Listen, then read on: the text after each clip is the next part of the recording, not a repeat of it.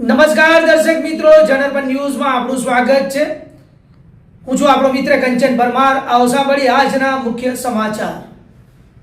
વડોદરા શહેરમાં અકસ્માતોની વધતી ઘટનાઓ વચ્ચે માંજલપુર વિસ્તારમાં વધુ એક ગંભીર અકસ્માતની ઘટના સામે આવી છે।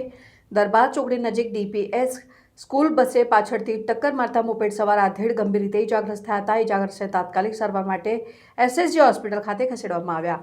પ્રાપ્ત માહિતી મુજબ માંજલપુર વિસ્તારની કેવલ કૃપા સોસાયટીમાં રહેતા અંદાજે 55 વર્ષીય રાજેશ લીંબાડકર સવારે પોતાનું મોપેડ લઈને કામ અર્થે જઈ રહ્યા હતા। તે દરમિયાન દરબાર ચોકડી પાસે પાછળથી આવી રહેલી ડીપીએસ સ્કૂલ બસના ચાલકે જોરદાર ટક્કર મારતા તેઓ રોડ પર પટકાયા હતા।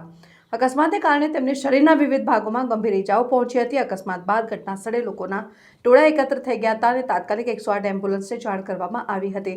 ત્યારબાદ ઇજાગ્રસ્તને સારવાર માટે એસએસજી હોસ્પિટલ ખાતે ખસેડવામાં આવ્યા હતા। બનાવ અંગે પોલીસે સ્કૂલ બસના ચાલક સામે ગુનો નોંધી આગળની તપાસ હાથ ધરી છે।